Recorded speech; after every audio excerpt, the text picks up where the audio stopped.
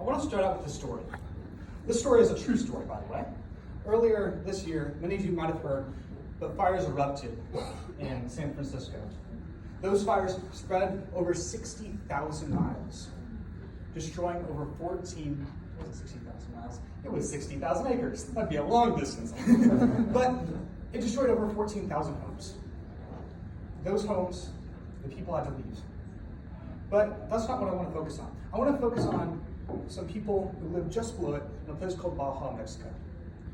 At January 23rd, they sent us a message. The message said, "The fires are 12 miles away. Please pray for us." They soon evacuated, and they had a large group of people praying that their property would be protected by God. The next morning, the owner of the property came back expecting only ashes. Instead, what he found was a miracle. He found that not a single one of over 15 wooden buildings, none of them had been destroyed. Wow. The flames had come up to, charred the base of, but not burnt a single one of the buildings. Mm-hmm. And this story really reminds me of a verse. That verse is 1 Corinthians chapter 3, verses 11 through 15. And it says, "No one can lay a foundation other than the one which is already laid, which is Jesus Christ. If anyone builds on this foundation using gold, silver, costly stones, wood, hay, or straw, their work will be shown for what it is. The day will bring it to light. The fire will test the quality of each person's work.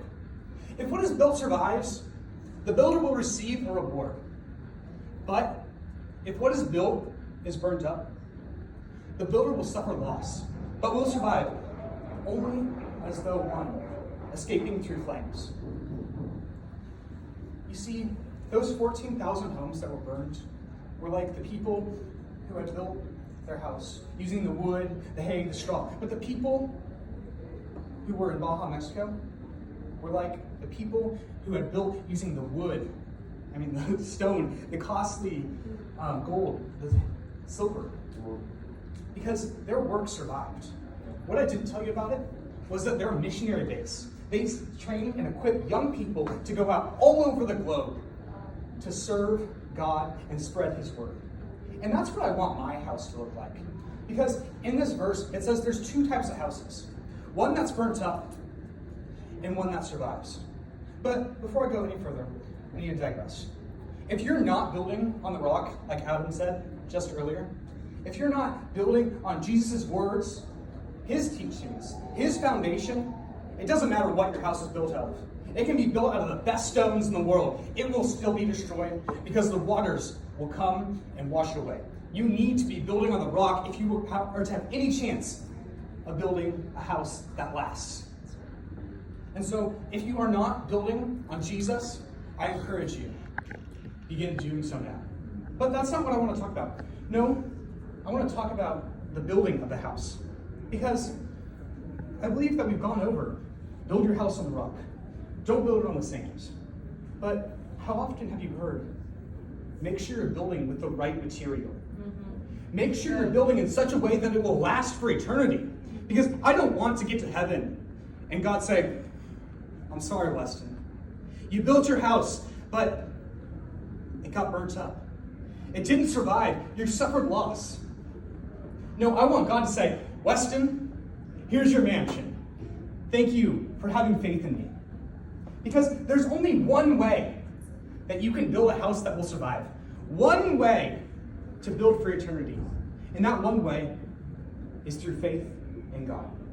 Any other way you build, if it's through doing the right things because everyone else is doing it, if it's through following what everyone else is doing, if it's through what everyone else has told you, warned you, so forth, your house will be destroyed, no matter how good you think it is. Because faith in God and the belief that He will reward you for what you are doing, that is what it is that makes it survive. It's taking an action that is aligned with your calling, with His words, with His actions in the Scriptures. And that is the only way your house will survive. But I also want to take a quick side detour to the house that won't survive. Because I was building for a while with a house that wouldn't survive. I was building with video games. I was building with reading books that weren't really necessarily good for me. And it's not that these were sins per se, but it's that they weren't glorifying God. And I would pray that all of us would be building in such a way that our houses would last. Thank you.